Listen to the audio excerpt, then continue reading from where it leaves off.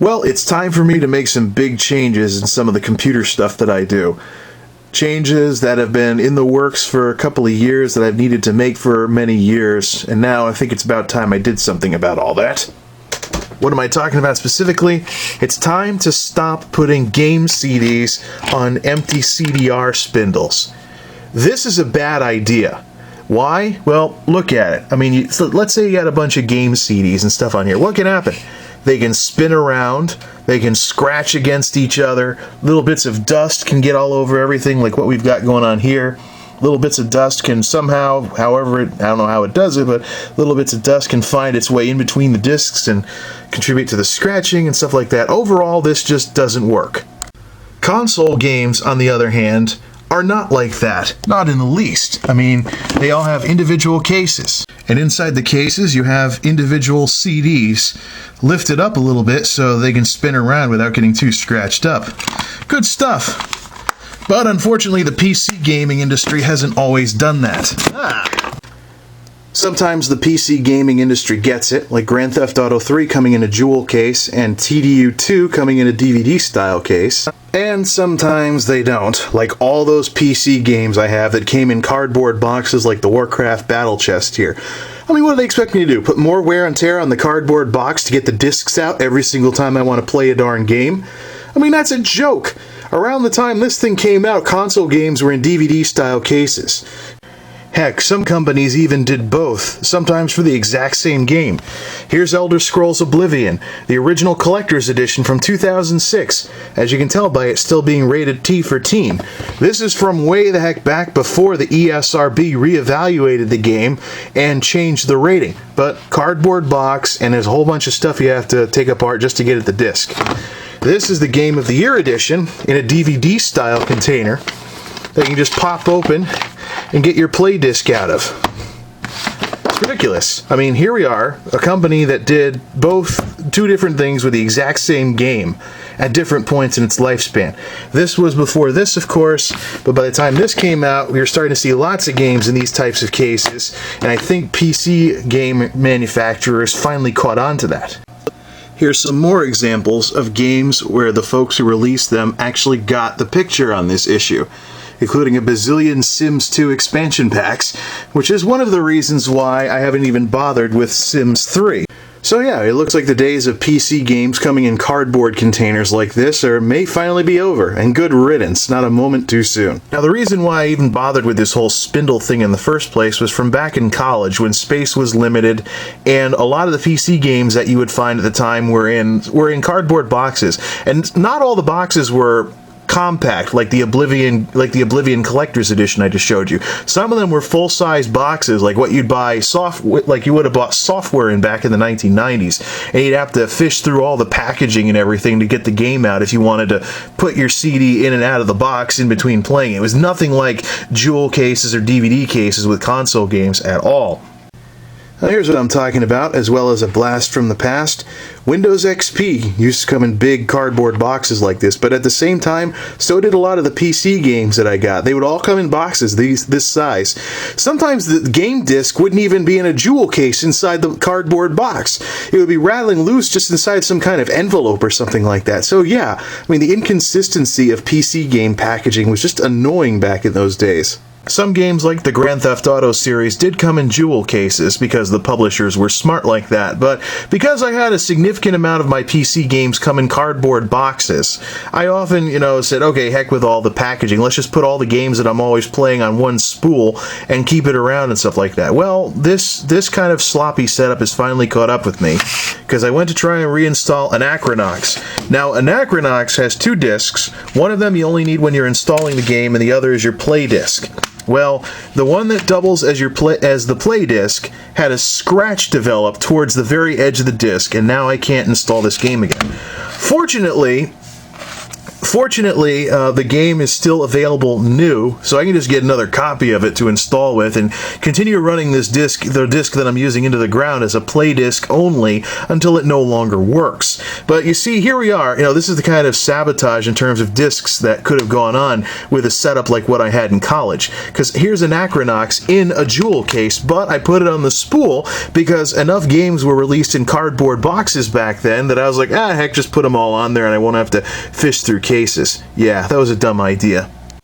Now, I could fiddle around with something like Demon Tools or some kind of image maker too, but honestly, I don't mind popping in CDs to play games. Maybe I'll give the whole make an image and then run it virtually thing a try later on.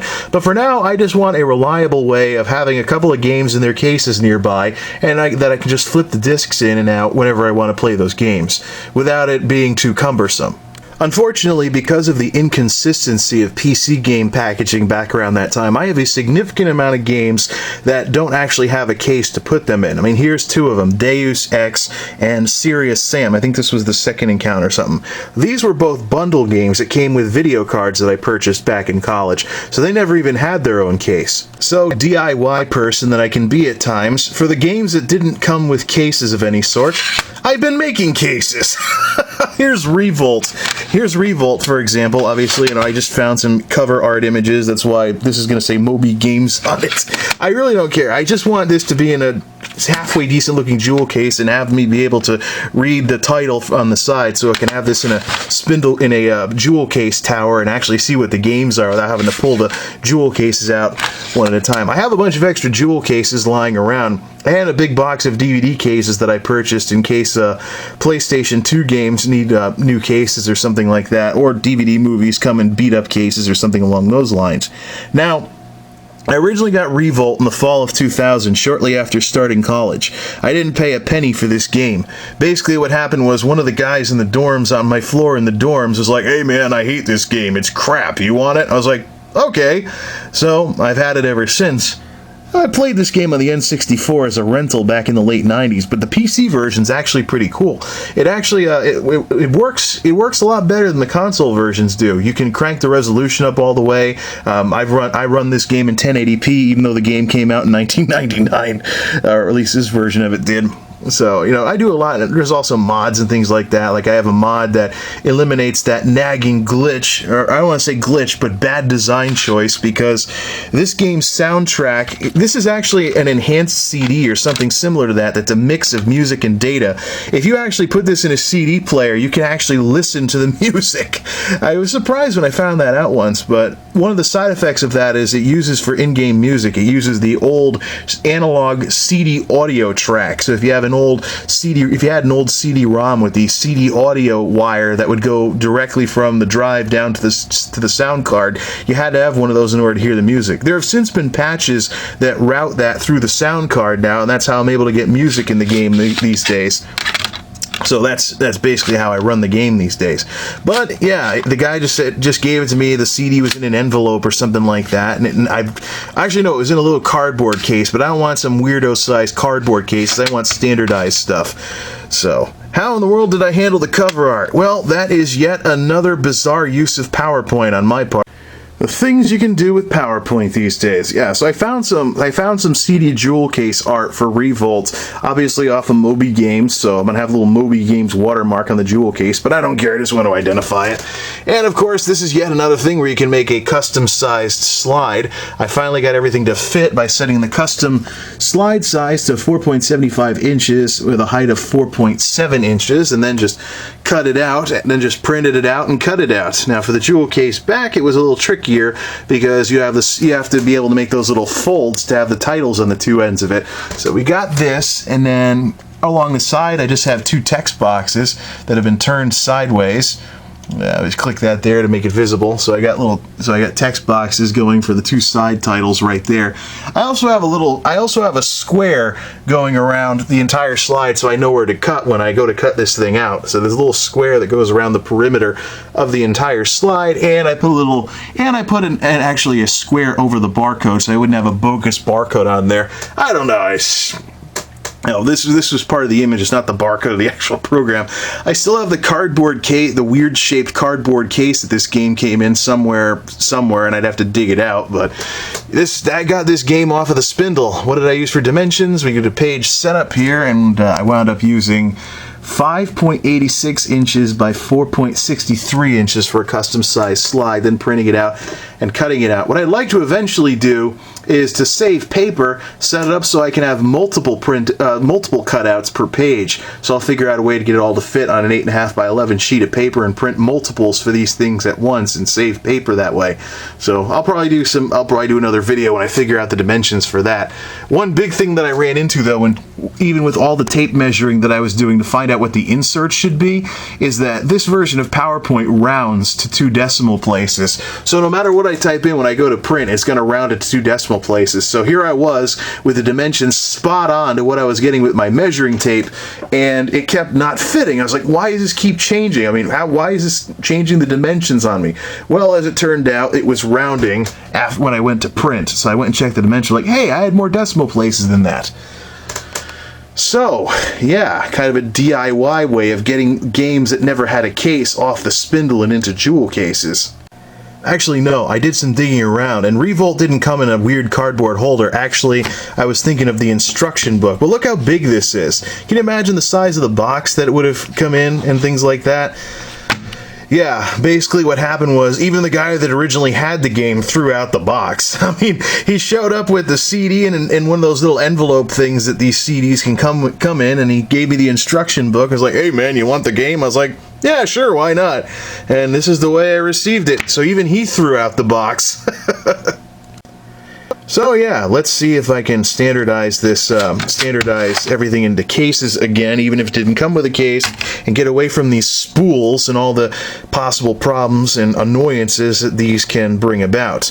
I could always try disk imaging software, but another thing I'm concerned about with disk imaging software, quite frankly, is the whole issue with DRM and crippleware. I mean, what kind of paranoid DRM and crippleware are game companies going to mess with, and cause more and more frustrations for PC gamers? RMake21 did a video several years ago talking about this kind of stuff, so I'm not going to reinvent the wheel here, but yeah, it does get kind of annoying, some of the things that PC game makers try to do, so to speak.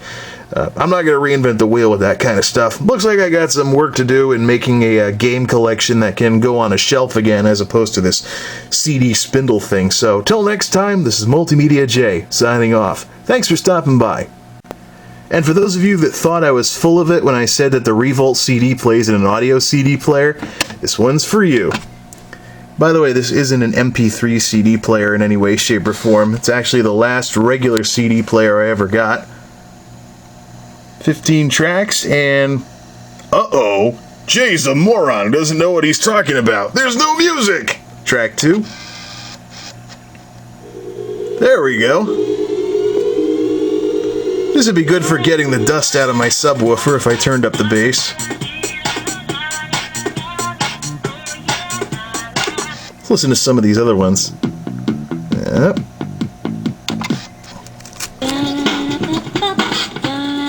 Recognize that one from the game.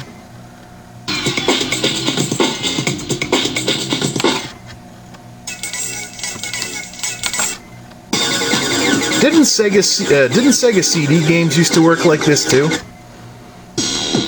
Can't remember. Then again, I was on the Nintendo side of that whole debacle, but I did play some Genesis from time to time. Yay!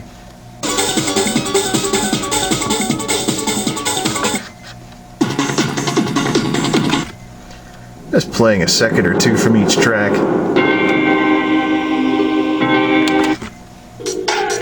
I think this is what you heard when you won a championship or unlocked something. It's been a while since I played this game on a regular basis, so... Hey, cool, this has a little bit of an 80s sound to it, with the synths. Now we just need folks in bright green suits with weird-looking hats, and... or maybe not.